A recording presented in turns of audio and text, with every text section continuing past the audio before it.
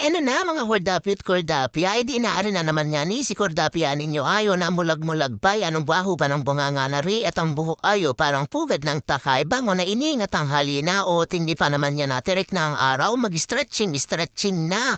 At talaga namang ikaw ay mapapalaban din sa paghugas ng inagaong alamang.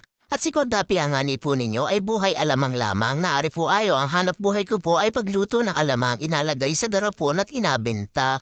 Eh di kita po'y nagaluto nga ni ng alamang o di ay ating ahugasan at ang alamang na walang hugas kamoy ng inyong balakang. At ang balakang na hindi hinugas ipinagpapalit na mister na hudas. Ay kafaawa naman pag pinagpalit ano.